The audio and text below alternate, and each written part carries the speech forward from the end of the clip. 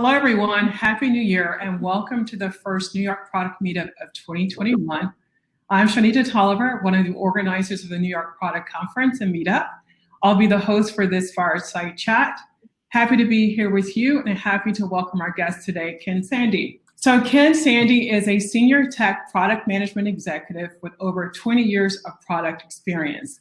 He has led product as the VP of product at Masterclass and lynda.com, which is now LinkedIn Learning. He is currently an executive consultant and advisor for startup and scale-up companies. Ken pioneered and teaches product management courses at UC Berkeley School of Engineering, which has over 400 PM alumni in practicing industry. We're going to be speaking with Ken about his new book titled The Influential Product Manager: How to Lead and Launch Successful Technology Products. It is a highly practical and approachable guide to becoming more effective in navigating the challenging collaborative aspects of the product manager's role. Without further delay, I'd love to thank you, Ken, for joining us. Thank you. I'm really excited to be here. It's great. I'm actually coming in from Australia, would you believe? I have found myself here actually for quite some time, sitting out what's going on at the moment, unfortunately, but I'm really excited to be able to be chatting to New York, a city that I really love. I love visiting, love working there. I've got lots of clients there, so I'm really excited to be talking to you all. Well, we're excited to have you, and I think I spoke with you before. I love the book. I know. I think you're my greatest fan. I really love it. Written really long to let everyone know. I felt like it's something for everyone there. If you are a new and emerging product manager, it's a gift. So I just think it's a wonderful thing. If you're a senior product manager, you know, a lot of us come from different areas. It really can help fill in the gaps of your understanding. And I love that it focuses not just on the hard, but also the soft skills as well, very much so. I think if you're a senior leader, it could be really great, like if you inherit it or managing a new team, to sort of create a streamlined backbone of best practices and products. So that's my opinion absolutely.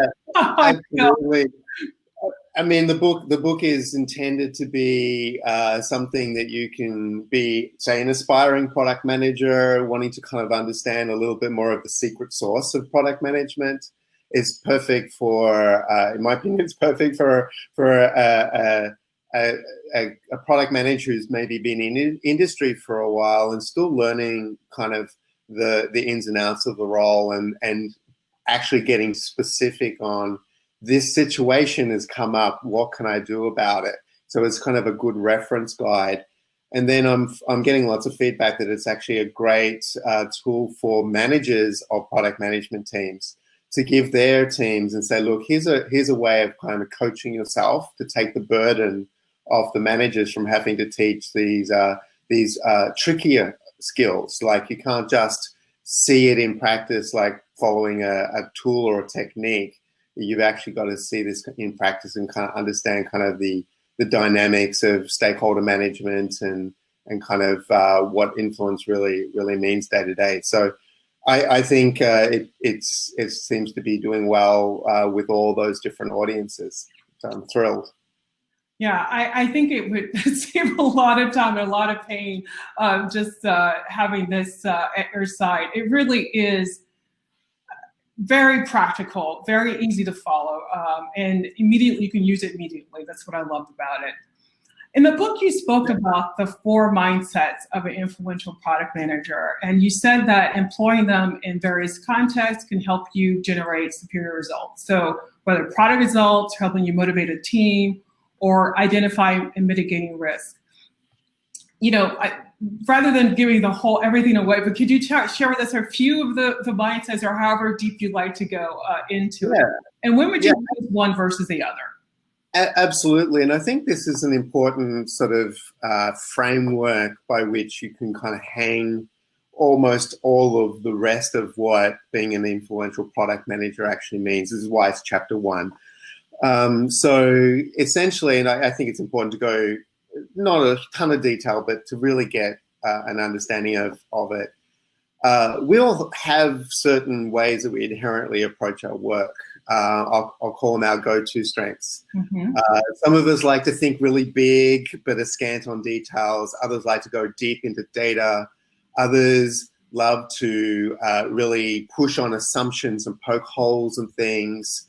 Others are natural evangelists. They love to get up on stage and really like talk up what's going on. And my understanding, as I've really seen what really effective product managers do, is they understand that you need to be able to kind of move through different kind of ways of thinking, ways of like applying yourself, what I call mindsets, into different situations. And so a simple way to think about the framework is, on one extreme, imagine a 2x2 matrix. On one axis is this notion of like, on one level, you have to be open and imagining possibility. So I call it, imagine. On the other extreme of that is inspecting kind of what you have today. So very strategic on one side, very much sort of digging into the details of what you have in front of you today. So imagine and inspect. And then if you sort of intersect that with two words, which I know design thinking love to use, on one end of the scale, you have this sort of very divergent thinking. You're thinking about possibilities broad, you're very expansive, you're looking for finding multiple paths forward. But we all know that you can't just be effective doing that. You have to also engage in convergent thinking, and that's where you drive focus. You really like zero in on the specifics. You zero in on what you're not going to do and try to really drive clarity around sometimes singular things. You become obsessive almost. So if you think about what happens, those result in 4 quadrants. And I call those quadrants the explorer mindset, the analyst mindset, the challenger mindset, and the evangelist mindset. And if you think about I'll just give you very quickly sort of what each of them might be. Being an explorer means that you're really you're engaging in that sort of imagining divergent kind of like mindset. You're looking at all sorts of possibilities. You're brainstorming with your team. You're going out in search of new problems to solve. You're actually willingly, which is something that we often resist, asking stakeholders to tell you about problems they want solved. You're trying to actually engage them on that.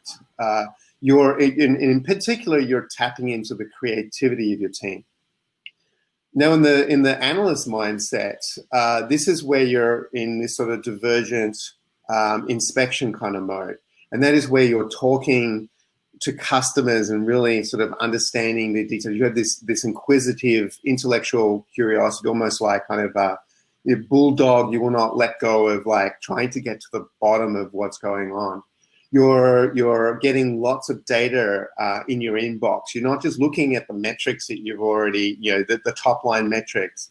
You're actually going in search for trends and things that don't look right. Mm-hmm. So you try to uncover like interesting patterns. Mm-hmm. In the challenger mindset, you're actually basically trying to prove to yourself why you're wrong. So you're taking a hypothesis-led kind of approach to your work. You're articulating the assumptions you're making. You're thinking about what might go wrong, what risks you need to mitigate. And importantly, you go sit down with all those people that tell you that your product's never going to work, and you go and figure out why. Again, another area that we hate engaging in, but I think is quite valuable. And then finally, the evangelist mindset is that convergent, imagine sort of mindset. And that is where and this is often very uncomfortable for many product managers, where you're constantly talking about the problems you're solving, the results you're looking for, the outcomes. You're keeping everybody's eye on the big picture and the reasons why you're investing. And this constant kind of hum of communicating and getting stakeholders aligned with what you're doing will head off issues in the longer run in terms of getting everybody basically aligned with what you're doing. I love it. This is, as you know. Yeah. I wanted to ask you about leading through influence. Obviously, that's something that product managers have to do, and you say it's obviously vitally important to master. I love it because you don't just state things, you actually give techniques. So that's a few of those that techniques that can be employed to help you lead through influence. And I'm also curious, you know, it's easier to think about leading through influence when things are going well. What about when things are not going well? How do you continue to lead through influence where you're not hitting a metric, or you have to reprioritize things, or, you know, customers are confused? What do you do? Yeah. Oh, a great one. Well, let me just start off by saying that one of the motivations for writing the book is I kept on hearing, oh, product managers are all accountability, no authority, or, you know, we manage through influence. And I was like, I mean, do people know what that means? And do people know what a hard job that is? We're actually asking almost the impossible. You're basically saying you're accountable for everything, but you have no control, and you can't tell people what to do. Right. And it's like, that's a really tough job. And I felt for myself and my fellow product managers. So I felt I need to try to get to underlying techniques that are actually going to help you. And then, you know, the book actually goes through the kind of the product life cycle and talks about each stage of the product life cycle and actual specific techniques there. Now, first of all, to answer your direct question, if you start thinking about influence when things are going wrong, you're already too late. So the first thing is build relationships before you need them. So build those relationships with a broad stakeholder group. Do not just think of your senior stakeholders. We're talking about influential engineers, architects, people in finance, people, legal people, data analytics, people who can find data. I mean, I've even been quite successful at building relationships with IT and front desk, because when they understand the goals and the urgency, they'll order the pizzas in when your team needs them. They'll fast track getting a software set up on a computer if they know that they're helping the business. And so that's the first thing is you can't really overinvest in relationships. Now, the good news is trust is actually as simple as the frequency of quality interaction plus you actually following through on what you actually said you would do. If you just keep those two things in mind, I'm not talking about like you need deep kind of, you know, team bonding, 4-hour-long meetings where you get to know each other, trust falls, none of that. I'm talking about like just simply reaching out and connecting with people on a frequent basis, beyond how are you doing, and you'll build those relationships up. And then, of course, having a reputation that when you say you're going to do something as simple as like, I'll respond to that email in 48 hours, follow through with it, and you'll earn those relationships. So now things are going not so well. Well, if you've got that platform of trust, you've got a much better chance of getting through that. The first thing is make sure that you're reinforcing the problem that you're trying to solve and keeping that sort of top of mind. It's very easy to kind of panic when things aren't going wrong, but to reinforce, in particular, the long-term outcomes that you're seeking, shows that you're understanding kind of maybe there's a setback, but this is what we're working towards. And reinforcing the bigger picture, the vision, the strategy is very, very powerful. The second thing is context is clarity. So introducing new learnings and changes, the constraints that might have been just imposed on you, what you're noticing. Maybe it's a rollback because something's going wrong. Being able to basically in a very disciplined way introduce that change and what's the implications of that, as if you're seeing it for the first time yourself. Because no one, you're all the way at the end, all right? You're already right. Oh, we have to do this. You have to bring everybody else along with you, and that includes stakeholders and team, and really sort of get everybody sort of bought into the underlying data that you're seeing, and they'll reach the same conclusion as you, and it'll be a very logical path forward. That means you also need to be first to see that data and understand that. So you have to be on top of your metrics, on top of making sure you're monitoring those things and being very transparent about that. They're going to find out about it anyway, so you might as well be the first to say.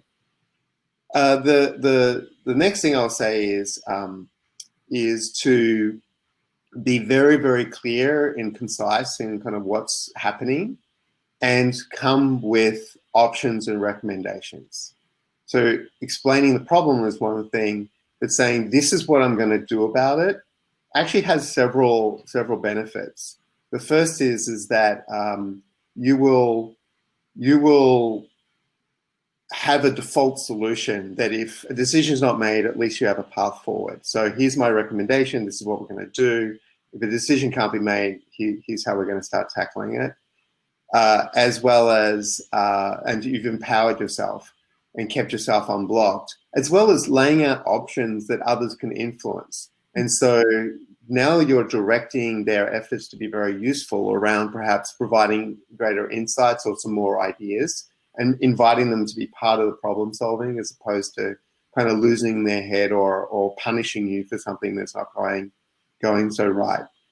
So this model, if you will, kind of works whether or not it's like a metric that's not working so well and you might need to roll back, or you might need to, put on pause something else so you can go and optimize it. Or it might be that you've had to do some kind of reprioritization. Again, if you have that context and clarity and the relationships at the start, you can kind of live through it. More details, of course. I love all the time in the world to give you the many practical examples that I could shoot out, but I know we're limited on time. But that's basically the framework. I had so many highlights in your book.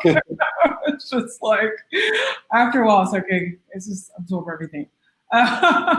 So getting to understanding your customer, you talked about the importance of that, and again, we're all trying to get to the bottom of our customers' needs, our end users' needs, and trying to understand their goals and motivations so we can actually try to solve for them within the context of what we're trying to do in our product. You mentioned like a couple of questions, 5 questions actually, that a product manager needs to ask and answer about their customers before endeavoring to create a solution. Again, not to give away everything, but I'd love for you to share a few of what some of those questions are. Why are they relevant to make sure you have answers? I love giving. I'm happy to give away if we can do our craft better. So I'm happy to give away everything. It's so important. Look, it's very, very simple, and it's just it's basically innate to human nature. And you'll notice that in your personal relationships. You'll notice it in in the way others react in your professional relationships. It's like we have a tendency to rush into solutions. Yeah. And frankly, we just don't understand the problems well enough. We just don't. And it just happens time and time again. And I've just, without becoming inaction, the longer that you stay in that problem space, understanding the core problem to be solved and who to solve it for, and more about the context of that, of how your customer or user is, the context that they're in, the less likely you'll preemptively settle on a specific solution that actually misses the mark. And I forget the statistic, but it's something like 40% of what we ship does not solve a problem, let alone the right problem, or is used by the customer. And so we can't really spend enough time, I think, in staying in that problem space. Now, I'm not saying that those things have to be binary. I'm in problem space, I'm in solution space. I do think you can move between them, but at a minimum, spending more time to understand the problem, being deliberate in that, and then coming back to that and checking your assumptions is super important. So the five questions aren't going to be a surprise. Maybe the fifth will be. But the first one is, who is your target customer? And, well, that's obvious, right? Well, I get answers like, oh, it's everybody. Or it's, we're in the market for mums. We're a mainstream product. We target all mums. I'm like, I bet you don't. I bet you don't. I bet you haven't actually tried to segment. And we underestimate the value as product managers. We actually think it's somebody else's job. Segmenting the market and understanding the segments within the market, the different kinds of behaviors and user types in there. There's so many different techniques that we can use. But really zeroing in on the target customer. I'll give you an example. I have a client recently who I kept on running into this sort of issue where they just literally didn't seem to be on the same page. And I tracked it back to that they were literally talking about different customers. Wow. And it was an education product. So they would talk about like learners, people who wanted to learn new skills. But when I got to the bottom of it, there was a difference between one segment were basically small business entrepreneurs trying to start small businesses. And others were talking about this segment of kind of lifelong learners trying to like learn new skills and just this intellectual curiosity. Fundamentally different solutions are needed, but they hadn't really aligned on that they were going after a different kind of segment. The second question is, what problem are you solving? Again, it sounds very straightforward and obvious, but that's where you really need to dig into the underlying dynamics of what problem that you're actually trying to solve. What's the data that you have to support that? Can you state that in terms of the customer's needs, their value propositions, or their jobs to be done, or the high-level user stories? Third question is, how are they solving it today? This is not just, competitor analysis. This is actually customer journey. What do they do today to get through that problem? Where are the pain points? Where are the emotional pain points, as well as the physical friction points? How can you solve it better or differently is the fourth question.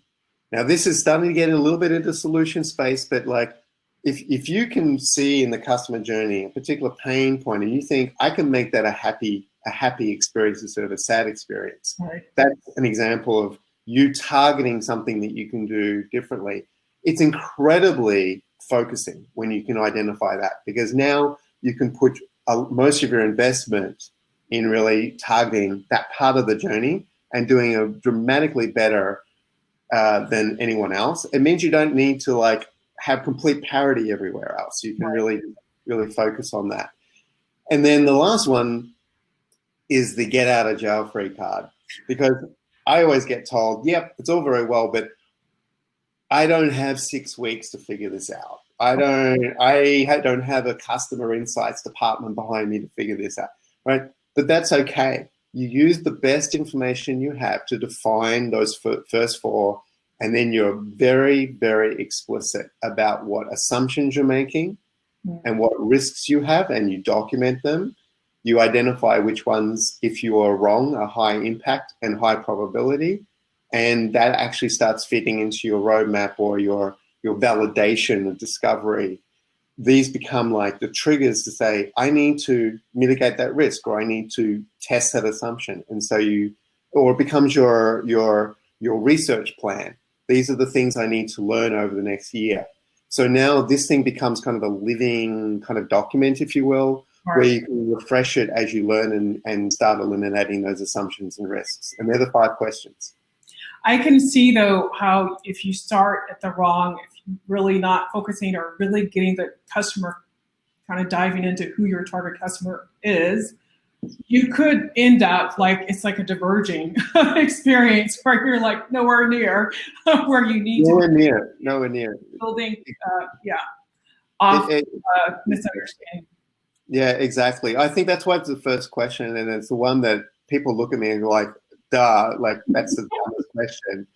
But it's fascinating. You will have hours of conversations about defining that more precisely, and getting alignment. And then you want that shortcut. You want, maybe a persona name or something, because now we're all understanding who that person is, and now our conversations go a lot quicker because we've aligned on that and who that person is, right down to like a persona name. So we sort of have this image of a person in our head, and we can say, oh, we're doing this for Maria. Everyone knows what that is. Yeah. And now that changes the solution, because maybe Maria is mobile centric or doesn't have a lot of time to sort of like learn new products and services, or maybe they're wanting something. Maybe they're generally a segment that is prepared to pay for a service and affluent, and therefore you can be thinking a little bit less on, you're worrying less about like conversion and things like that. So there's just these implications that just go through the thinking when you define that well. Yeah, I love it. I wanted to ask a little bit about prioritization and dealing with some of us who right now are, these are tough times, right? So there could be a lot of changes that were happening in the product, right? And so there could be a lot more pressure on the product manager. We might get some voices from above, depending on who we're speaking with. Above, sideways, up. How do you deal with those loud voices? I love what you had to say about that, and I think it'd be helpful for the audience to understand. It could be a senior leader, like you said, could come sideways, but everyone knows they may necessarily have data or context or really understanding of the impact of that request on things, or whether or not it's even part of your strategy. So what's your best approach for dealing and managing those situations? What advice do you have to offer? Right. Yes. So quickly about prioritization. Everyone in there, there's as many prioritization processes and tools out there as our product managers, and sometimes more. And I actually don't think that actually matters, because I think the process, the tool you're using is actually the easy bit. It's the people that's the hard bit. And there's a whole lot of reasons for that. We don't like to say no. We've got very strong voices. Anyone can justify their argument. We don't employ people unless they're generally can have conviction and can explain their logic. So the key is to see prioritization as a collaboration. When you shift your mindset from it's a tool or a roadmap or a thing or something I do in an isolation chamber and come back with, to it's an ongoing battle, but it's a collaborative battle, and we're all trying. And really, it's a battle of alignment. You'll never get consensus. Don't pretend for a second you do, right? But you can get alignment, and you can get alignment around two very discrete things. The first is, can you get alignment around the goals? Can you get alignment about the outcomes that you seek as an organization? If you can get that, generally from your senior stakeholder group, then your framework becomes a lot easier. If you can't agree on the goals that you're going for, forget trying to prioritize features. So if you can get that first, and there's all sorts of ways you can think about that. It's like customer funnels, strategic objectives, themes.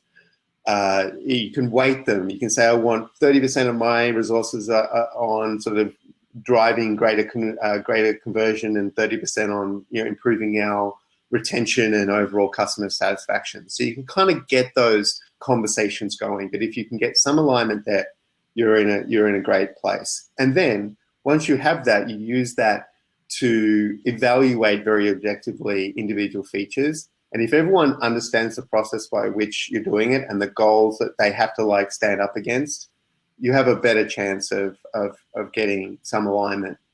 Now, in terms of the loudest voices in the room, they come in many flavors, right? But they tend to be have a lot of conviction on, in particular, a particular solution. They'll set deadlines.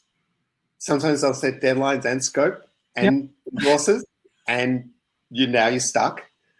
They may even see product management unhealthily as a service organization, right? So you're working against sort of some hard stuff there. The technique that I'd like to use is, first of all, respect their authority. It doesn't help you by trying to battle that. So you have to confront this. You have to enter that conversation and be respectful in that. Quickly bring the conversation back to desired outcomes, right? What are you trying to achieve? Why are you trying to achieve that? What information do you have that I don't have?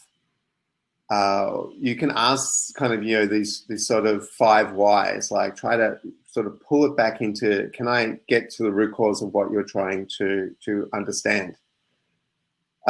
Then do one or other of these things, or multiple of these things. The first is, if you agree that it's a more important problem that you're solving right now, then articulate the impact and the resulting trade-offs required. So whatever it is that you're working on is going to have to get bumped, and you're going to need to kind of like have that, there's an implication with that. And dirty little secret about many of these sort of stakeholders is they think something's solved when they've made a decision. Okay? They don't see the fact that you're actually following through on the previous decisions they've made. And so reminding them of what is already committed and the goals that you're already seeking and the impact and resulting trade-offs required is often enough for them to be like, oh, okay, after that then. And then you'll find yourself in that same situation over and over again. So articulating the impact and resulting trade-offs required is very powerful.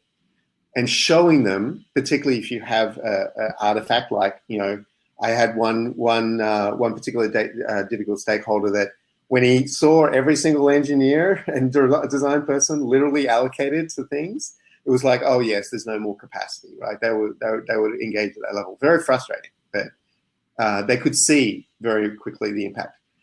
The second thing is, if you're not quite sure that it is a valid thing, then commit to some kind of discovery or data gathering exercise. So commit to the smallest you can to bring back data.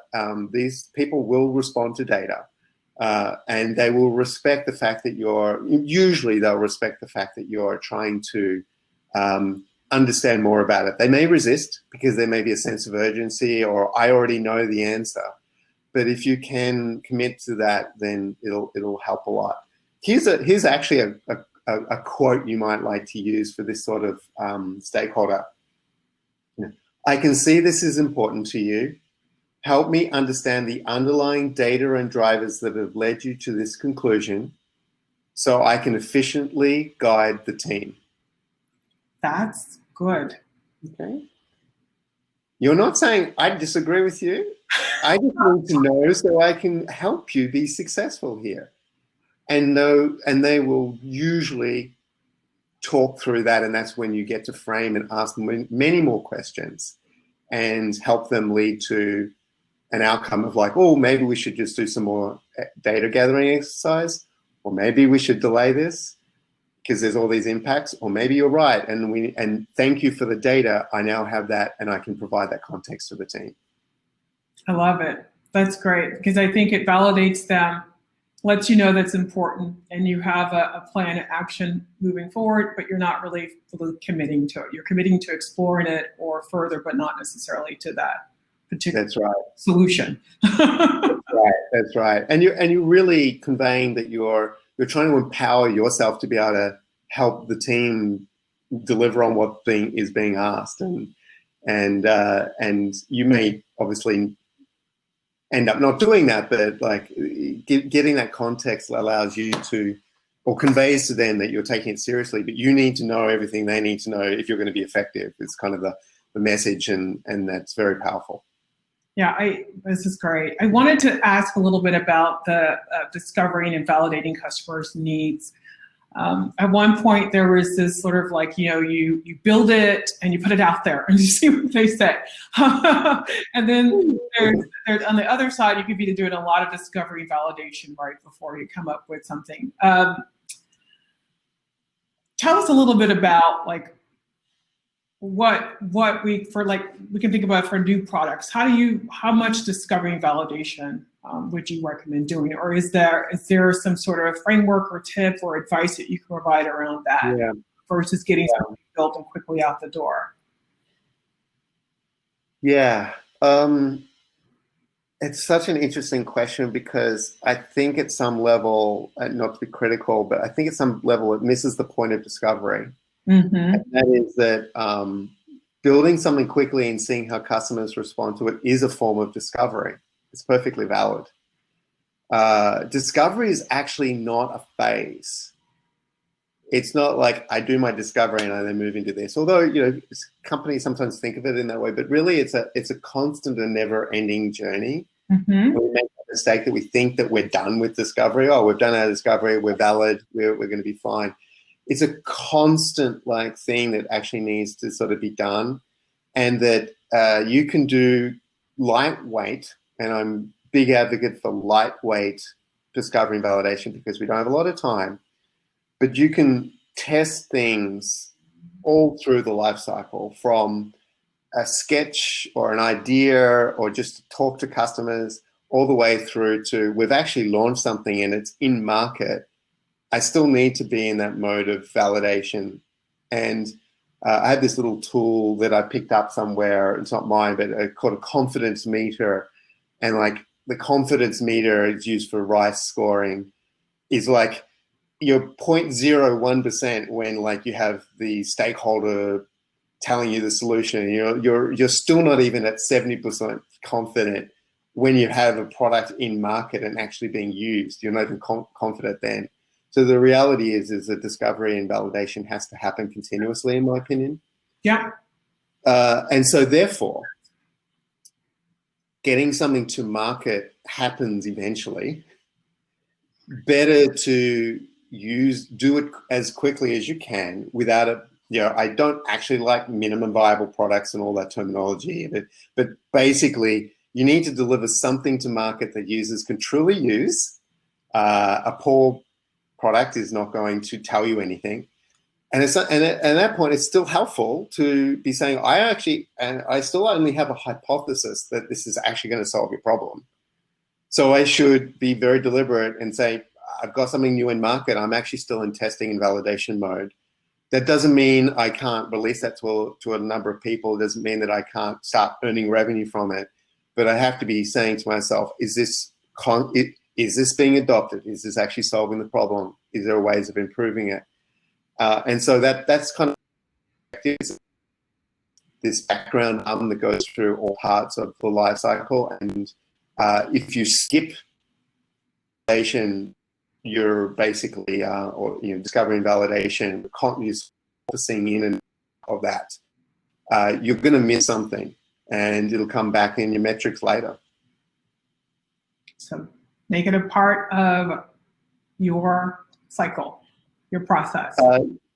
Pretty much, and that's why it has to be lightweight, because you can't be doing big things all the time. I mean, I'm working with a client right now, and we're literally just getting them to talk to 5 customers a month, and just invite them and just get them there and show them whatever you're working on. Mm-hmm. And the thing is that when that cycle happens, like you invert it, right? You don't have to have this discovery process, and now I've got to put all these artifacts together and do all this research. And it's more like, no, the users are turning up in the building. Let's just figure out what we can kind of learn from them incrementally. Now, it doesn't work for everything. I'm not saying that like our existing discovery and validation processes or tools are wrong. I'm just suggesting that it's a constant thing. Then I'm still shocked by the number of product managers who tell me that they haven't talked to customers or ever, let alone or customers that that are lapsed customers or customers that didn't go on using their product. There's this massive survivor bias. We look at the customers who have the loudest voices or are using our products a lot. There's just this need still in our industry to just take more of a role there, more of a leadership role, not outsourcing it to, say, a user group or a customer insights, and just sort of getting into our customers' world more. Mm-hmm. And for the example that you mentioned, it's not just product managers that are there. Speaking of engineering is there as well as design. Yeah, you can overdo it, right? So you don't want to be burning all your engineering time, but there's some engineers and some cultures are just going to believe that an engineer isn't adding value unless they're banging out code. But it's just so many cases I can quote where bringing an engineer along and seeing a customer struggle with the product, they come back to and whatever that issue is gone that day, right? I'm not going to they're so generally wanting to solve problems. They just see a problem and they're like, oh, I can't live with that. The fact that I've gone and released something that someone can't use, right? So you just get that kind of empathy in your teams that develops by involving them in that process. And it can be very much like, oh, just watch this video of me talking to this customer, or don't make them read long customer research. It's more of those little touch points of getting them involved, engineering and other members of the company, or engaging your customer support and service people to provide quotes or to provide just some pinpoint issues as well as good news, right? And just sort of bringing that back and sort of sharing that will motivate your team. It's an interesting dynamic, but you can overdo it if you basically want them there every single step of the journey. Great. I'm actually looking at the time here, and I could talk to you forever. I really wanted to ask about the superpower. Can you just maybe name one of them? You spoke in the book about the 5 superpowers of being an outstanding product manager, or at least what we should try to acquire and possess. One of them you talked about was egoless existence, which I love that. But I'll let you pick and maybe just have a minute to share with us what one of those superpowers is and why it's important. Yeah, I mean, that is a great one because it often raises eyebrows. Okay. I think everyone goes, oh yeah, I've got to communicate, I've got to be strategic, stuff like that. But it goes part and parcel with the role that the product manager role is a very high EQ sort of role where, well, basically when something goes wrong, it's your fault. When something goes right, it's the team's success. Okay. Yes. Okay. Right. Something goes wrong, it's your fault. When it's right, it's the team's success. Okay. Yeah. And you got to kind of come in with that as this is the principle that I'm working with. This is what I signed up for. If I don't sign up for that, you're not right for the role, right? So, all right. So what is that? What are all the implications of that? It means owning as much of it as possible. It means a growth mindset, admitting and learning what are the things that you got wrong. What are the things that you could have done differently? Always be looking at ways to grow personally. You by not letting your ego get in the way, you actually have, there's a big benefit of it, is that because you're not a squeaky wheel or a prima donna, which is not an attractive quality in a product manager, you actually start to get trusted and become an insider. Like people go, I'm not going to get a lot of grief from this person, so I can involve them with more of the information, more of the issues going on behind the scenes. I won't say I didn't have an ego, because I actually did, but I've sort of over time I've tried to realize, oh, that's not helpful here and there. But early in my career, I was finding myself sort of involved in hitting well above my weight, because I was getting engaged with senior conversations at exec level, because I just was trusted that I wasn't going to, create a problem or think about me. I was more like, oh, how do I actually apply myself to actually help solve this problem and address it?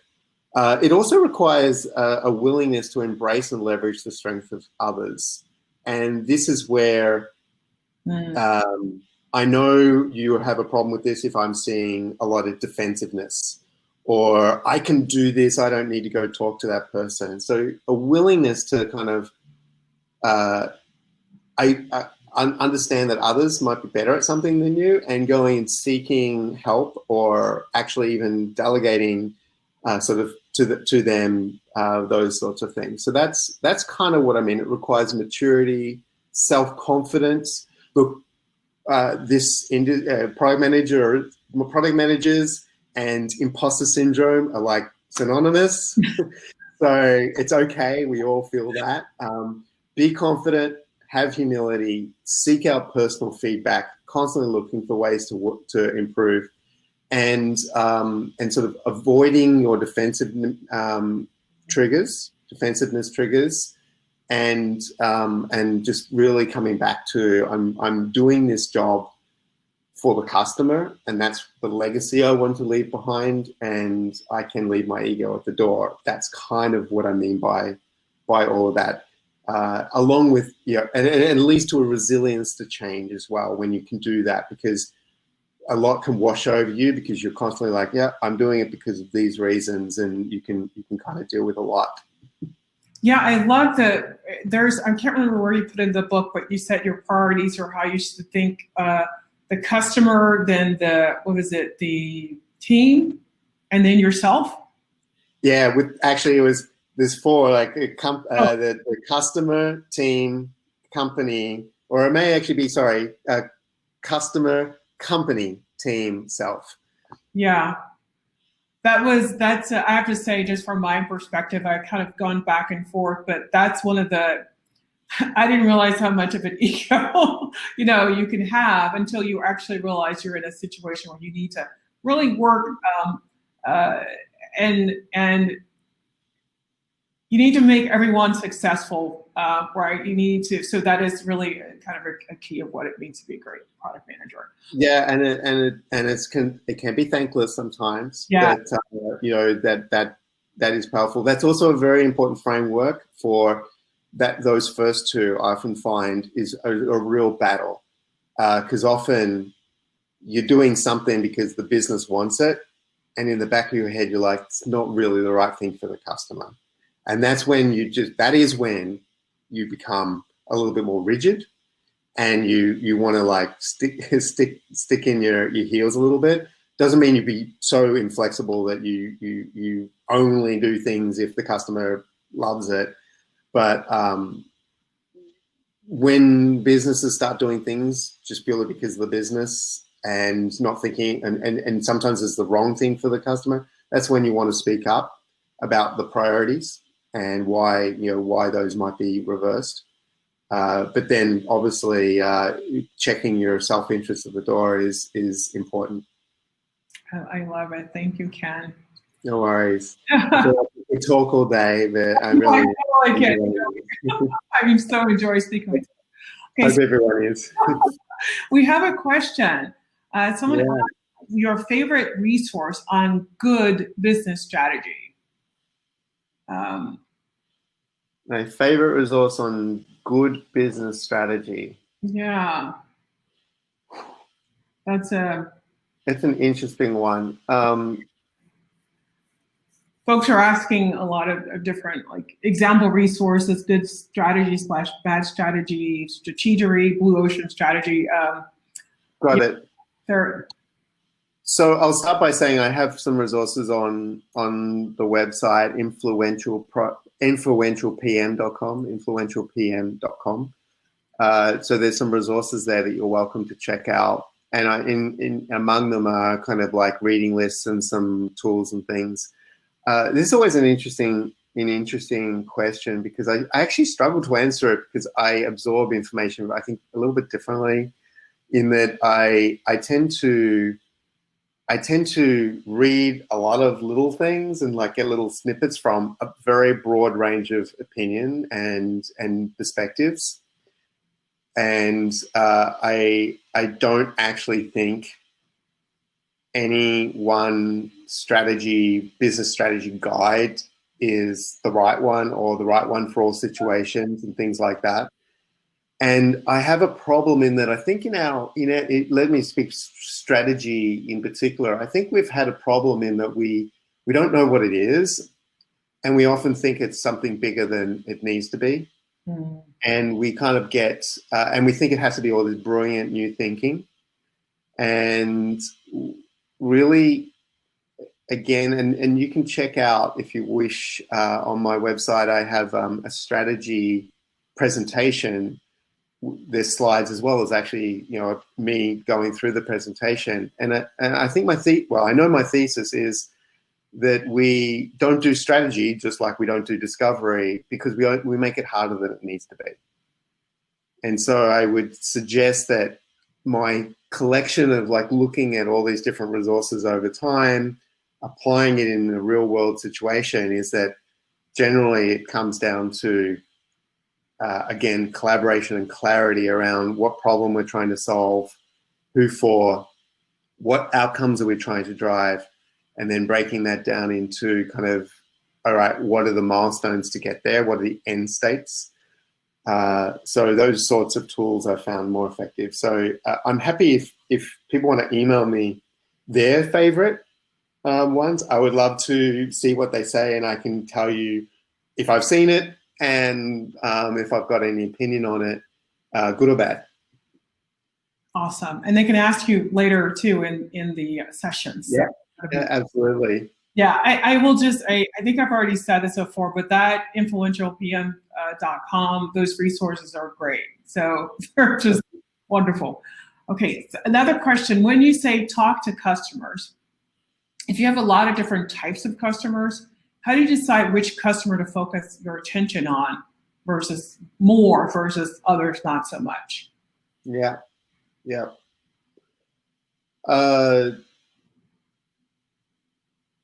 I always like the strategy of trying to talk to the people who are underrepresented already. And part of that's working against survivor bias, and some of that's working against cultural bias. So cultural bias example would be, we're an enterprise customer, we're an enterprise company, we always talk to our biggest customers and the ones who pay us the most. And they're really important. And you should talk to them, but they're very well represented probably in your roadmap and everything you're already doing. So go talk to small, medium businesses, go talk to the people who aren't yet buying your product, go talk to the people who bought your product but aren't using it, and try to get them a little bit more represented in it. In a consumer business, we've got this proliferation of tools. It's wonderful, Amplitude and Google Analytics, and we can tell down to the nth degree which button people are pushing. Problem is, the people who didn't survive your onboarding experience aren't represented. Why? Go talk to them, figure that out.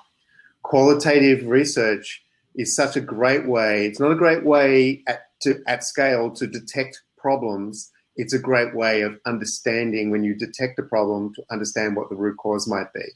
And so that's where I would probably err. That said, it's important to break down all the different user types and make sure that they're somewhat represented in your conversations. It's very easy to talk to the economic buyer, for example. It's where the insights are often is to talk to the people who are either trying to administer the product, or integrate the product, or champion the product, or use the product, or the people who are trying to stop the product from even being used.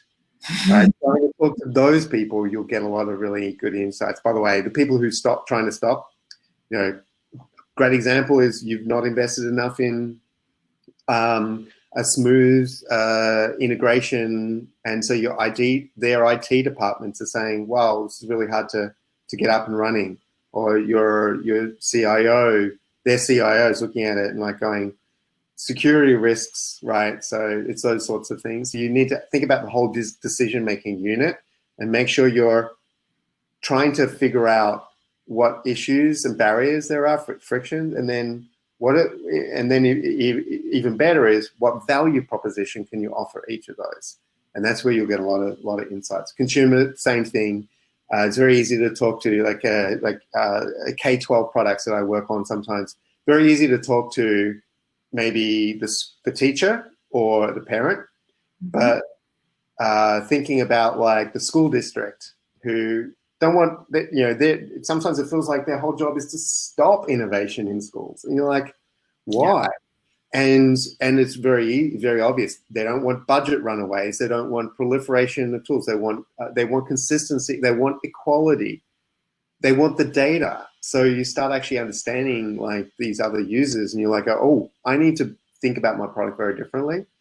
You can only do that by talking to the people that you're probably not talking to today. Love it. Okay, this is a really good question. We really didn't touch on KPIs, so I'll ask this question. Any tips for setting KPIs for work that is very experience-based? How can I prove in a measurable way that the changes I'm making are solving the customer problem? Very experience-based, meaning? Yeah, I don't know. It's from Catherine. I don't know if Catherine has additional tips. So I'm thinking very experience-based. That's a really good question. I don't know, Catherine. Maybe that's a question. Let's talk about. Let's just talk about the second part, and then maybe Catherine can join you in one of the sections and maybe provide a little color about experience-based. So how can I prove in a measurable way that the changes I'm making are solving the customer problem? Well, this is a problem. And there's a reason why there's a problem, and it's fundamentally because products generate outcomes that are often super lagging well into the future. They are also embedded among all the other environmental and tool and other influences. And so you don't know whether your product made the difference or it was a bunch of other things that made the difference. So there's all these sort of dependencies that are very hard to isolate. So the first thing is I've not actually had a lot of success of like saying, okay, do we ultimately generate this specific outcome in a defensible way? And you can do studies and things like that to get to that. And that's sometimes important, case studies and research studies and things. And particularly with some products, there's a company trying to prove that they can affect diabetic outcomes. They have to do the research to actually demonstrate that they really do actually, in a statistically independent way, influence those outcomes. So barring that, I often suggest that you think more about leading indicators that indicate value is being potentially extracted from your product. It's not guaranteed, but these things generally are already not represented in maybe your raft of metrics that your customer's talking about. And they might include things like advocacy. Are they recommending the product? Retention is obviously a key one. Do people come back and use the product over and over again? Adoption.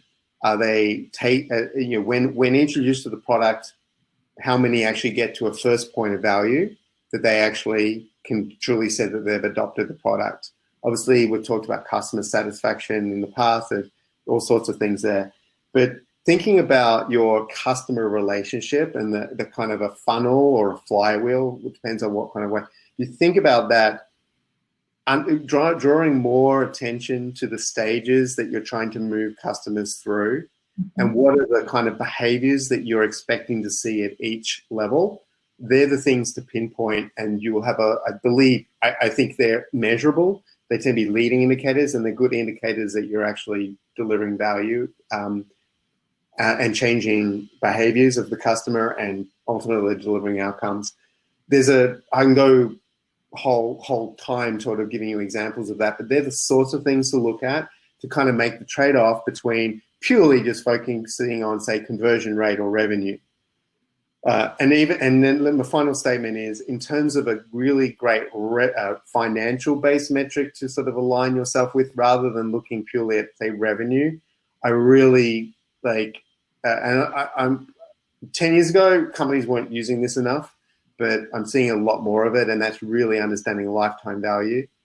And the reason why I like that is it aligns you a lot closer. Like your revenue, your value extraction depends on actually having a relationship with the customer over a longer period of time, rather than like a one-off revenue event. That's another great way of thinking about, am I adding value over a long period of time or not? What's my lifetime value? Great. Thank you. Thank you, Ken.